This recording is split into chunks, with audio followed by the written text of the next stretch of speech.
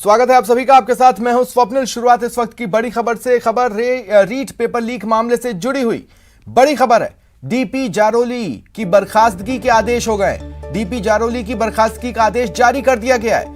कर्तव्यों की पालना में असफल रहने को वजह बताते हुए उन्हें बर्खास्त किया गया है। अतिरिक्त मुख्य सचिव ने आदेश जारी कर दिया है। अब रीट मामले में एसओजी जारोली से पूछताछ करेगी। पेपर की गोपनीयता और छपाई के मामले में भी उनसे पूछताछ हो सकती है। ये बड़ी खबर हम आपको बता रहे हैं इस वक्त की।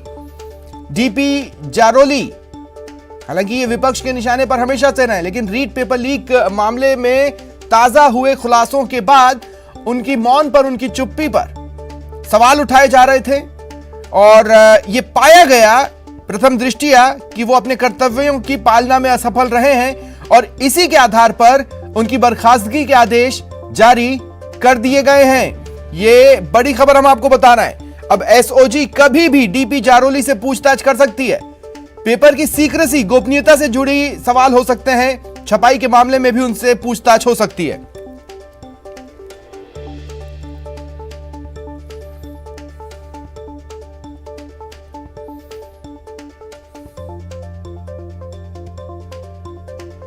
तो ये बड़ी खबर आपको बता रहे हैं। डीपी जारोली बर्खास्त कर दिए गए, उन्हें उनके पद से हटा दिया गया, बर्खास्त किया गया है। आधार जो कि आईने की तरह, पानी की तरह साफ है। उनके जो भी कर्तव्य थे उसकी पालना में वो असफल रहे। रीट पेपर लीक मामले से जुड़ी ये बड़ी खबर। शिक्षा संकुल से पेपर का आउट हो जाना बेहद गंभीर बात है।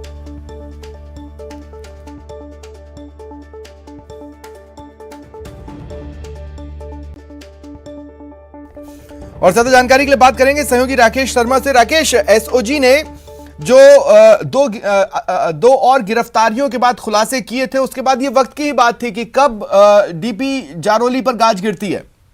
बिल्कुल, देखिए स्वप्निल, इस वक्त की सबसे बड़ी खबर यह है कि प्रदीप पारासर को भी एसओजी ने पूछताछ के लिए एसओजी मुख्यालय तलब कर लिया है। प्रदीप पारासर जो कि एक जिसकी नियुक्ति शिक्षा संकुल में गलत तरीके से की गई थी, नियम विरुद्ध तरीके से की गई थी, उसको पूछताछ के लिए एसओजी मुख्यालय बुलाया गया और एसओजी अब उससे पूछताछ कर रही है। यानी अब जो पेपर लीक प्रकरण है इसमें एसओजी बहुत गंभीरता से जांच कर रही है और डीपी जारोली को बर्खास्त करने के बाद जो सचिव है बोर्ड का, उसको निलंबित कर दिया है। तो निश्चित तौर पर अब चूंकि सरकार, मुख्यमंत्री को गलत को भी साफ कर दिया है कि इस बार जो पेपर लीक करने वाली गिरोह हैं, हाईटेक तरीके से नकल कराने वाली गिरोह हैं, इन पर किसी तरह की कोताही नहीं बरती जाएगी। सख्त कानून सरकार जो बजट सत्र उसमें लेकर के आ सकती है। तो अब चूंकि जो मुख्य आरोपी है डीपी जारोली, जो कि चेयरमैन रहे हैं, उनसे भी अब पूछताछ के लिए नहीं, तो मुख्य आरोपी आप कह रहे हैं राकेश, कहने का मतलब है क्या कि जांच में ये बात सामने आ रही है, ये माना जा रहा है कि वो भी संलिप्त हो सकते हैं? बिल्कुल, अभी इस बारे में कहना जल्दबाजी है क्योंकि जो फैक्ट्स हैं कि कितने पेपर छपे थे, पेपर की गोपनीयता कैसे भंग हुई, दूसरा जो रिकॉर्ड है उसको भी एसओजी है वो उसकी पुष्टि के लिए डीपी जारोली से पूछताछ कर सकती है। ठीक है राकेश, बने रहे मेरे साथ। इसी मामले से जुड़ी एक और बड़ी खबर दर्शकों को बता दें, फिर आपसे सवाल पूछूंगा। रीट पेपर लीक से जुड़ी एक और बड़ी खबर सुन लीजिए। रीट लेवल 1 पर एसओजी की जांच नहीं होगी। रीट लेवल 2 में ही एसओजी की जांच चल रही है, जारी रहेगी। जांच को लेकर एसओजी ने साफ कर दिया, पेपर लीक मामले में 36 में से 13 अभ्यर्थी गिरफ्तार किए गए हैं। और राकेश हमारे सहयोगी हमारे साथ बने हुए। राकेश, इस संबंध में क्या जानकारी है? बिल्कुल, देखिए सबने ये बहुत साफ क्लियर है। लाखों ऐसे अभ्यर्थी जिन्होंने रीट लेवल 1 में जिन्होंने एसटीसी कर रखी थी, उनके किसी प्रकार की जांच नहीं हो रही है। जो पेपर लीक हुआ है वो शिक्षा संकुल से वो लेवल 2 का हुआ, यानी बीएड सारी जो अभ्यर्थी हैं उन्हीं की जांच चल रही है। अब तक जो लोग 36 एसओजी ने गिरफ्तार किए हैं, 36 में से 13 अभ्यर्थी ऐसे हैं जिन्होंने उस पेपर का उपयोग किया है। तो एसओजी अब इन पूरे नेटवर्क को इसमें खंगाल रही है कि ये जो पेपर डिस्ट्रीब्यूट हुआ है किस लेवल पर हुआ है। और सबसे बड़ी बात है कि लाखों वो अभ्यर्थी जिन्होंने लेवल 1 का दिया है, जो एसटीसी से जो थर्ड ग्रेड के टीचर के लिए जिन्होंने अप्लाई किया है, उनकी इस मामले में किसी प्रकार की जांच नहीं होगी और लेवल 2 के मामले की एसओजी द्वारा जांच की जा रही है, ऐसा एसओजी ने मुख्यालय ने स्पष्ट कर दिया है। राकेश, आप बने रहे, आगे भी आपसे सवाल लूंगा। एक और बड़ी खबर अपने दर्शकों को बता दें। रीट लीक पर सीएम गहलोत ने बड़े ऐलान किए हैं। रीट लीक पर जो बड़ी बातें उन्होंने कही हैं, बजट सत्र में नकल पेपर लीक के संबंध में कठोर प्रावधानों का बिल लाएंगे। परीक्षा में गड़बड़ी लापरवाही करने वाले हर एक व्यक्ति पर कड़ी कार्रवाई होगी। परीक्षा में शामिल किसी भी अभ्यर्थी के साथ अन्याय नहीं होने दिया जाएगा। बोर्ड की जिम्मेदारी तय कर चेयरमैन को बर्खास्त, सचिव को निलंबित किया। कुछ लोग राजनीतिक रोटियां सेकने के लिए ऐसा माहौल बना रहे कि आगामी परीक्षा न हो सके, ये उन्होंने विपक्ष पर निशाना साधा। साथ ही उन्होंने कहा कि एसओजी ने पूरी गंभीरता से जांच की है, सरकार ने फ्री हैंड दिया है। मुख्यमंत्री अशोक गहलोत ने इस संबंध में एक ट्वीट किया और ये तमाम बातें उस ट्वीट में उल्लेखित की हैं।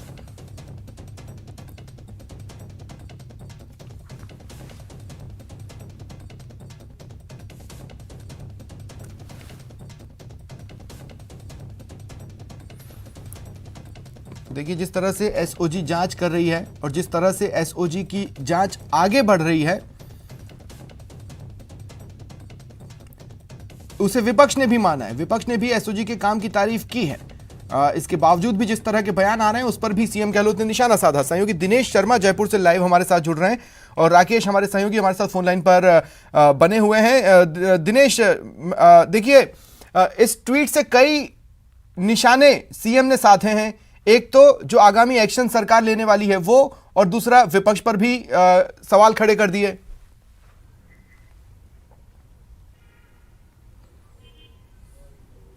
अब बिल्कुल स्वप्निल, देखिए, इस ट्वीट के कई मायने हैं। खासतौर से ये कि विपक्ष लगातार हमला बोल रहा था, आक्रामक हो रहा था सरकार पे, लेकिन अब एक तरीके से मुंह बंद करने की कवायद इस ट्वीट के जरिए मुख्यमंत्री अशोक गहलोत ने की है। और ये साफ तौर पर कहा है कि कुछ लोग जो है वो अपनी राजनीतिक रोटियां सेकना चाहते हैं और इससे जो है वो एक तरीके से खिलवाड़ होगा बेरोजगार अभ्यर्थियों के साथ, क्योंकि लगातार इस तरह से अगर राजनीति की जाती रहेगी तो आगामी भर्ती परीक्षाएं फिर कैसे हो पाएगी।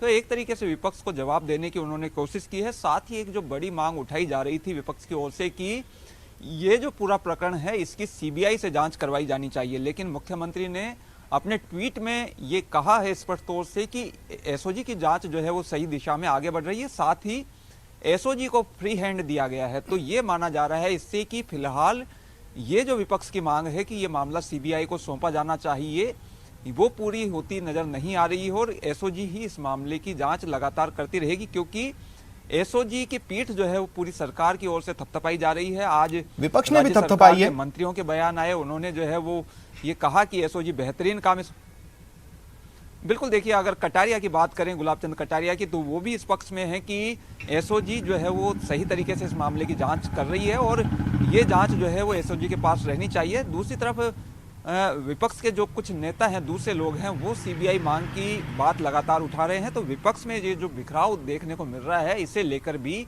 सत्ता पक्ष की ओर से अब विपक्ष पर हमले बोले जा रहे हैं कि उनमें जो है आपस में ही मतभेद है। तो फिलहाल तो ये तो कम से कम स्पष्ट होता हुआ नजर आ रहा है कि अभी ये मामला जो है वो सीबीआई के पास जाने वाला नहीं है, क्योंकि एसओजी इस मामले में काफी दूर तक पहुंच गई है, तह तक जो है वो एसओजी पहुंचने वाली है। और जिस तरह की कार्रवाइयां की गई है स्वप्निल इस पूरे मामले में, डीपी जारोली जो बोर्ड अध्यक्ष है उनकी बर्खास्तगी सीधे तौर पर की गई है। ये इशारा कर रहा है कि कहीं ना कहीं अब जो है वो एक कड़ा संदेश देने की कोशिश राज्य सरकार की ओर से है और जिस तरीके से बर्खास्तगी की गई है उससे ये माना जा रहा है कि अब डीपी जारोली पर गिरफ्तारी की तलवार भी कहीं ना कहीं लटकती हुई नजर आ रही है। पूछताछ एसओजी करेगी और अगर उनकी लिप्तता यही खास बात है एसओजी के एक्शन की। मैं राकेश आपसे सवाल लेना चाहता हूं। देखिए, अमूमन जब इस तरह की जांच होती है तो कहा जाता है कि कई छोटी मछलियां फंसी, बड़ी मछलियां छूट जाती हैं, लेकिन इस बार रडार पर बड़े मगरमच्छ भी नजर आ रहे हैं और धीरे धीरे उन पर भी शिकंजा कस रहा है। बिल्कुल, देखिए स्वप्निल, अब से पहले तो जांच चल रही थी, क्योंकि पहले ये पुष्टि करनी थी कि पेपर लीक हुआ है या नहीं। जब एसओजी की प्राथमिक जांच में आ गया कि पेपर लीक हुआ है तो ये किस स्तर पर लीक हुआ है, तो चूंकि जो इन्वेस्टिगेशन एजेंसी है सबसे पहले हर चीज का प्रमाण जुटाती है बिना तथ्यों के, क्योंकि कोर्ट में उनको ये साबित करना होता है कि जो एक्शन उन्होंने दिया है वो जेन्युइन है। और उसी मामले में एसओजी ने तमाम सबूत और साक्ष्य जुटाए हैं। इसी आधार पर उन्होंने जो है डीपी जारोली की जो बर्खास्तगी की जो कार्रवाई की है, इसके अलावा जो सेक्रेटरी है उनको निलंबित किया गया है। अब जो प्रदीप पारासर है उनसे भी पूछताछ की जा रही है। तो अब जो तार है, कनेक्शन है, वो जुड़ते जा रहे हैं। जैसे जैसे कनेक्शन जुड़ेंगे एसओजी इस मामले में पूरी गहराई तक तफ्तीश करेगी। बिल्कुल राकेश, बने रहे। दिनेश, देखिए, एक पत्रकार के तौर पर हमें बिटवीन द लाइंस भी पढ़ना होता है और जो सीएम का ट्वीट है, अगर उसके बिटवीन द लाइंस को हम पढ़ने की कोशिश करें तो फिलहाल सरकार किसी भी तरह से इस बात पर विचार नहीं कर रही है कि पेपर को जो रिजल्ट है उसको रद्द किया जाए। ये बिटवीन द लाइंस स्पष्ट है।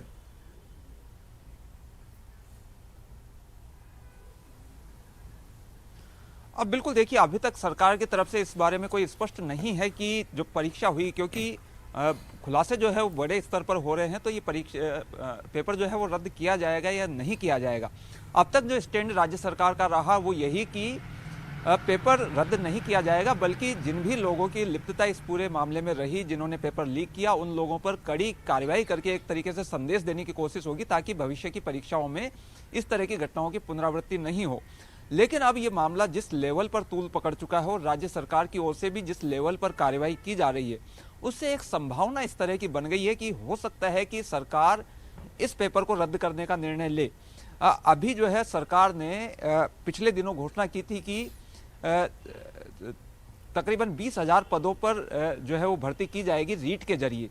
तो अब ये माना जा रहा है, एक संभावना यहाँ से उठ रही है कि जो अगली जो रीट परीक्षा होगी उसमें पिछली जो परीक्षा हुई थी रीट की, उसे रद्द करके दोनों परीक्षाओं का एक साथ आयोजन करवाई जाए, यानी तकरीबन 50,000 से ज़्यादा पदों पर एक साथ रीट की परीक्षा आयोजित हो। लेकिन देखिए, ऐसा अगर होता है तो ये कहीं ना कहीं सवालिया निशान तो है ही पूरे सिस्टम पे कि इतनी बड़ी परीक्षा आयोजित हुई, पूरा सिस्टम जो है वो मुस्तैद रहा, बावजूद उसके जो है पेपर लीक की घटना हो गई। लेकिन जो अभ्यर्थी कड़ी मेहनत करते हैं, परीक्षा देते हैं, उनके परिवार जो इतना कुछ त्याग जो है, खर्चा जो है उन पर करते हैं, बावजूद इसके अगर इस तरह की घटनाएं होती है तो कहीं ना कहीं जो परिवार है उनका विश्वास कम होता है, अभ्यर्थी जो परीक्षा देते हैं बिल्कुल। और ऐसे में एक कवायद जो होने वाली है, वो जिस बिल की बात कर रहे हैं, जिस कड़े कानून की बात कर रहे हैं, देखना होगा उसका प्रारूप किस तरह का होता है, किस तरह का कानून सरकार बनाती है। मेरा एक सवाल राकेश, मैं आपके पास इस बात के साथ आ रहा हूं कि देखिए, एसओजी के पास तरह तरह के क्वेश्चनियर तैयार हैं। जिन लोगों को रिमांड पर लिया गया है उनके सामने भी वो क्वेश्चनियर रखा जा रहा होगा। जाहिर तौर पर वहां से मिलने वाली जो भी जानकारी है उससे क्वेश्चंस और पुख्ता करने के बाद ही डीपी जारोली से पूछताछ शुरू की जाएगी। बिल्कुल। देखिए स्वप्निल, सबसे पहले एसओजी ने, चूंकि जब एसओजी ने इस पूरे मामले की जांच शुरू की है और पहले भी जो प्रतियोगी परीक्षाओं में पेपर लीक हुआ है उसके बाद सरकार ने जांच दी है, तो निश्चित तौर पर जो पहले अभी जांच का जो दायरा है वो सबूत और तथ्यों को एकत्रित करने का है। किस स्तर पर ये जो पूरा पेपर लीक हुआ है इसकी भी गहराई से जांच कर रही है। साथ ही इसमें किस तरह के शामिल हैं, क्या उनका उद्देश्य था, इन तथ्यों को भी अभी जुटाया जा रहा है। और जो भी इस मामले में जो दोषी होगा, चूंकि सीएम ने इस मामले पर सख्ती की बात कही है, तो निश्चित तौर पर अब इसमें जो दोषी हैं उन पर कठोर कार्रवाई होना तय है। और राजस्थान में चूंकि बिहार, उत्तर प्रदेश, पंजाब, हरियाणा के कई गैंग सक्रिय थे जो इस तरह के पेपर लीक प्रकरण हो या फिर हाईटेक तरीके से नकल कराने के मामले हो, तो इन पर अब एसओजी ने शिकंजा कसना शुरू किया है। तो निश्चित तौर पर इनसे अंकुश लग सकेगा और आने वाले समय में ये जो गिरोह हैं इस तरह के, उनके अब हौसले पस्त होते नजर आएंगे। शुक्रिया आप दोनों का मेरे साथ जुड़ने के लिए और तमाम बातचीत के लिए। वहीं रीट पर प्रदेश में बवाल मचा हुआ है। इस पर पूर्व शिक्षा मंत्री गोविंद सिंह डोटासरा ने प्रतिक्रिया दी। कहा, मामले में राजनीति नहीं होनी चाहिए, यह हजारों बच्चों के भविष्य से जुड़ा मामला है। मामले में एसओजी और सरकार सही दिशा में काम कर रहे हैं। उसमें सरकार और एसओजी सही दिशा में काम कर रहे हैं। सरकार और एसओजी पे पूरा विश्वास करना चाहिए। दूध का दूध, पानी का पानी हो जाएगा। ये एक ऐसा विषय है जो हजारों युवाओं के भविष्य से जुड़ा हुआ है। इसके ऊपर भाजपा को या किसी भी व्यक्ति को कोई राजनीति नहीं करनी चाहिए। ये राजनीति का विषय नहीं है, बच्चों के भविष्य का सवाल है। इसलिए जो भी इनपुट किसी भी व्यक्ति को, किसी भी राजनीतिक व्यक्ति को अगर मिलता है तो वो सरकार तक और एसओजी तक पहुंचाना चाहिए, जिससे आने वाले समय में जिन लोगों ने गलतियां की हैं, गड़बड़ियां की हैं, चोरी की है, उनको सबको सबक मिले, सजा मिले और बच्चों का भविष्य अच्छा आगे हो सके, उनको रोजगार मिल सके, नौकरियां मिल सके। इस बात का पूरे तरीके से सरकार संकल्पबद्ध है। किसी को कोई शंका करने की आवश्यकता आज की तारीख में नहीं। ने सरकार पर निशाना साधा है। वहीं महेश जोशी ने कहा, सीबीआई जांच की जरूरत नहीं। सोचता हूं कि ऐसी एसओजी ने जब से इसकी जांच शुरू की और जिसका एक के बाद एक जिस प्रकार से खुलासा आता जा रहा है, वो निश्चित रूप से इस बात की ओर इंगित कर ही रहा है प्रारंभ से ही कि निश्चित रूप से इसमें पेपर आउट हुआ है, पेपर के लेन देन हुए हैं। और अब तो जब आपका शिक्षा संकुल में ही जिनको आपने जिम्मेदारी दी उन्होंने ही पेपर निकाल दिया, तो निश्चित रूप से सरकार पर ही जिम्मेदारी जाती है। क्योंकि इतने दिन तक आजू बाजू देख रहे थे, प्राइवेट लोगों को अगर आपने वहां लगाया तो किस अधिकार से लगाया, और अगर आपको विश्वास था कि हमारे लिए बहुत ही अच्छे हैं और हमको सही रिजल्ट देंगे, तो अब तो खुल गया कि उन्होंने ही चोरी की। तो निश्चित रूप से बोर्ड का अध्यक्ष ही केवल इसमें दोषी नहीं है, पूरी सरकार इसमें दोषी है। मैं समझता हूं जिस स्तर तक पहुंच के एसओजी ने काम किया है उसके ऊपर कोई स्तर रह जाता है क्या? जिस गहराई से काम किया उसके बाद कोई बात रह जाती है क्या? और जब जज की अध्यक्षता में कमेटी बना दी तो मैं नहीं समझता हूं किसी और प्रकार की इसके अंदर कोई गुंजाइश है। प्रतिपक्ष तो हर मामले में छोटे से लेकर बड़ा तक उस मामले में कभी सीबीआई जांच की मांग करता है, गैर जिम्मेदाराना बयान देता है, लेकिन उनकी आदत है, ऐसी आदतें उनको मुबारक। सरकार अपना काम पूरी गंभीरता से कर रही है, राजस्थान पुलिस अपना काम गंभीरता से। और चलिए रुकते हैं एक ब्रेक के लिए।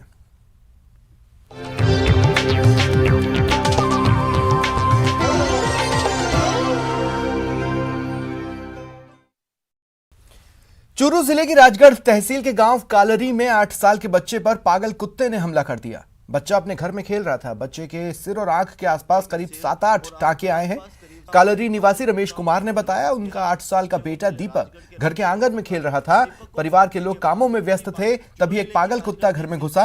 उसने दीपक पर हमला किया। दीपक के चिल्लाने की आवाज सुन परिवार के लोग पहुंचे। परिजनों ने लोहे के सरिये और पाइप से कुत्ते पर हमला किया, जिससे कुत्ता भाग गया। गंभीर हालत में परिजन बच्चे को राजगढ़ के राजकीय अस्पताल लेकर पहुंचे। प्राथमिक उपचार के बाद बच्चे को चूरू रेफर कर दिया गया। उसी कुत्ते ने कुछ देर बाद 21 साल के युवक को भी काट लिया था। चूरू जिले की राजगढ़ तहसील के गांव कालरी में घर के आंगन में खेल रहे से काट लिया, जिससे बच्चे के सिर और आंख के आसपास करीब चूरू जिले की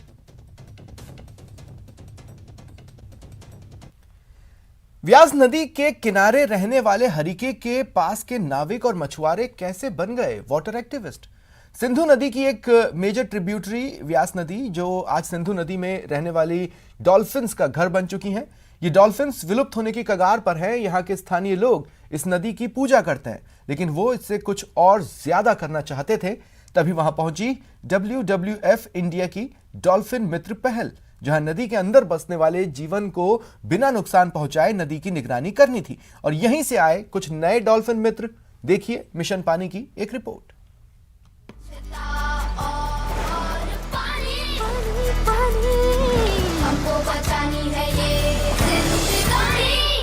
मेरा नाम अंचल है। ਗੁਰਪ੍ਰੀਤ ਸਿੰਘ ਬਾਗਾ ਜੀ। ਮੈਂ ਬਲਵੀਰ ਸਿੰਘ ਸਰਪੰਚ ਕਰਮੂ ਵਾਲਾ। ਦਰਿਆ ਦਾ ਪਾਣੀ ਜਿਹੜਾ ਸੀ ਪਹਿਲਾਂ ਤੇ ਬਹੁਤ ਪੀਣਯੋਗ ਪਾਣੀ ਸੀਗਾ। ਹੁਣ ਕੁਝ ਇੰਡਸਟਰੀਆਂ ਲੱਗਣ ਕਾਰਨ ਪਾਣੀ ਜਿਹੜਾ ਪ੍ਰਦੂਸ਼ਣ ਕਰਕੇ ਥੋੜਾ ਜਿਹਾ ਖਰਾਬ ਹੋ ਗਿਆ। ਸਰਕਾਰ ਤੋਂ ਅਪੀਲ ਕਰਦੇ ਵੀ ਕੋਈ ਜਿਹੜੇ ਪ੍ਰੋਜੈਕਟ ਲੱਗੇ ਆ, ਫੈਕਟਰੀਆਂ ਲੱਗਣੀਆਂ ਵਾ, ਜਿਹੜਾ ਗੰਦੇ ਪਾਣੀ ਦਾ ਜਿਹੜਾ ਵਾ ਸੰਕੋਚ ਕੀਤਾ ਜਾਵੇ ਤੇ ਜਾਂ ਵਿੱਚ ਜਿਹੜੇ ਜਾਨਵਰ ਵਾ, ਪਾਲਤੂ ਜਾਨਵਰ ਆ, ਡਾਲਫਿਨ ਹੋ ਗਿਆ, ਘੜਿਆਲ ਹੋ ਗਏ, ਮੱਛੀ ਹੋ ਗਈ, ਹੋਰ ਹੋ ਗਿਆ, ਉਹਨਾਂ ਦੀ ਜਿਹੜੀ ਆ ਜੀਵਨਾ ਜਿਹੜਾ ਵਾ ਵਧੀਆ ਤੇ ਇਹਦਾ ਬਸੇਰਾ ਬਣਿਆ ਰਵੇ ਤੇ ਇਹਦਾ ਪਰਿਵਾਰ ਦੇ ਵਿੱਚ ਵਾਧਾ ਹੋਵੇ। ਸਾਨੂੰ ਕਦੀ ਸਾਡੀਆਂ ਕਿਤਾਬਾਂ ਦੇ ਵਿੱਚ ਦੱਸਿਆ ਨਹੀਂ ਗਿਆ ਸੀਗਾ ਕਿ ਹਰੀਕੇ ਦੇ ਬਿਆਸ ਦਰਿਆ ਦੇ ਵਿੱਚ ਜਿਹੜੀ ਡਾਲਫਿਨ ਪਾਈ ਜਾਂਦੀ ਹੈ।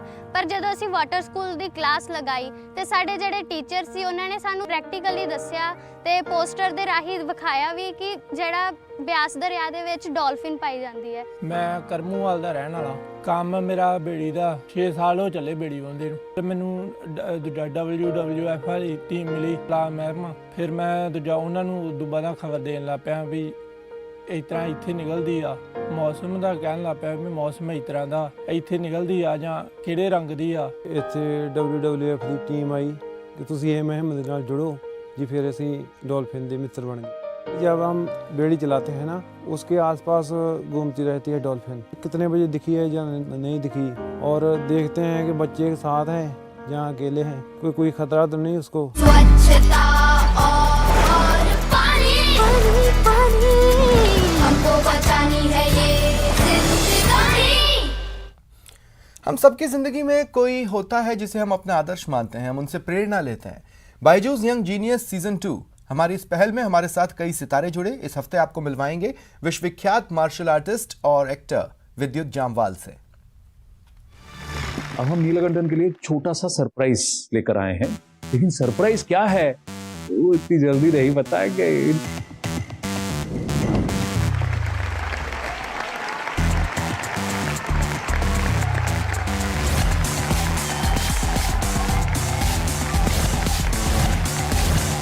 Ready Neelakantan? Ready.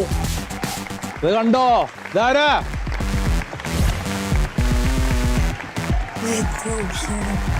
When a person believes in doing action, words aren't important. He believes in action. He believes in action. They speak louder than words. True. जब ये घुमाते हैं, so the idea of you being cut yourself is more than anything else.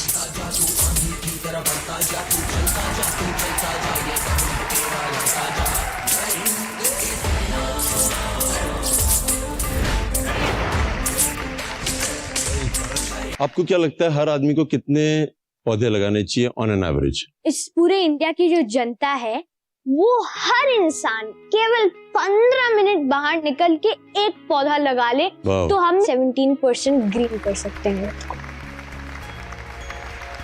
सुना आप लोगों ने कितना काम कर सकते हैं हम लोग? जी, क्योंकि मैंने देखा है कि जैसे आप अपने आप को फिट रखते हो मार्शल आर्ट से, वैसे मैं भी इस प्लैनेट को फिट बनाना चाहती हूँ और नेचर ही उसकी मार्शल आर्ट है। This is a child genius. I'm so proud to meet you, girl. Thank you so proud to meet you. This is worship. जहाँ पे हम रह रहे हैं. This is like we are worshipping the divine through nature. And माँ बाप ने अगर ये सीख दे दी है तो बच्चा जीनियस होगा ही होगा.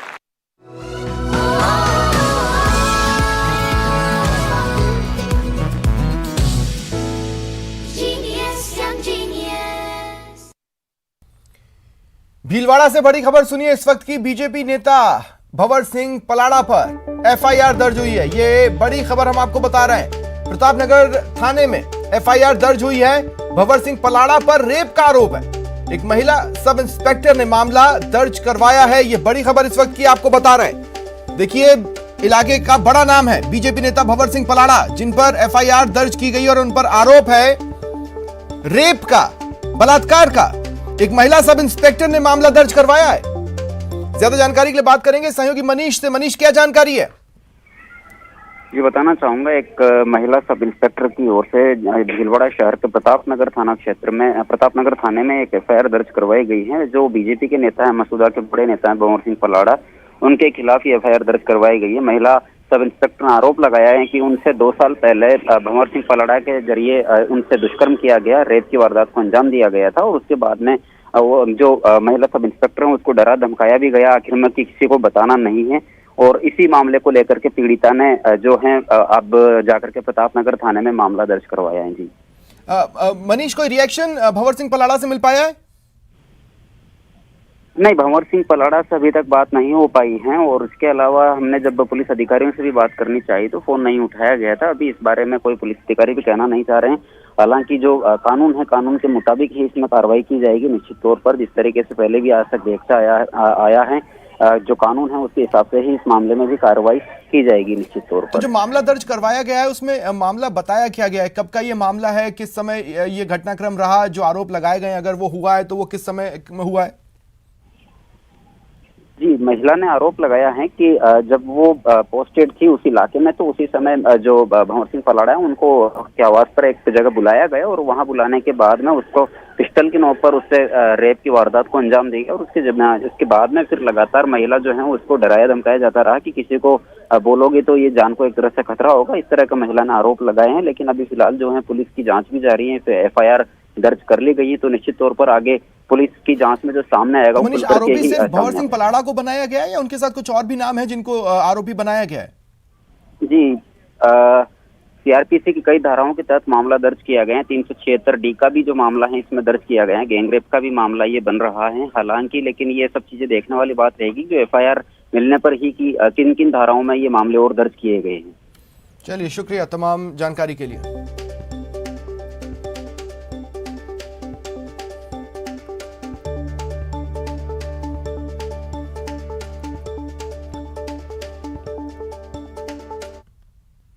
फिलहाल इतना ही, नमस्कार।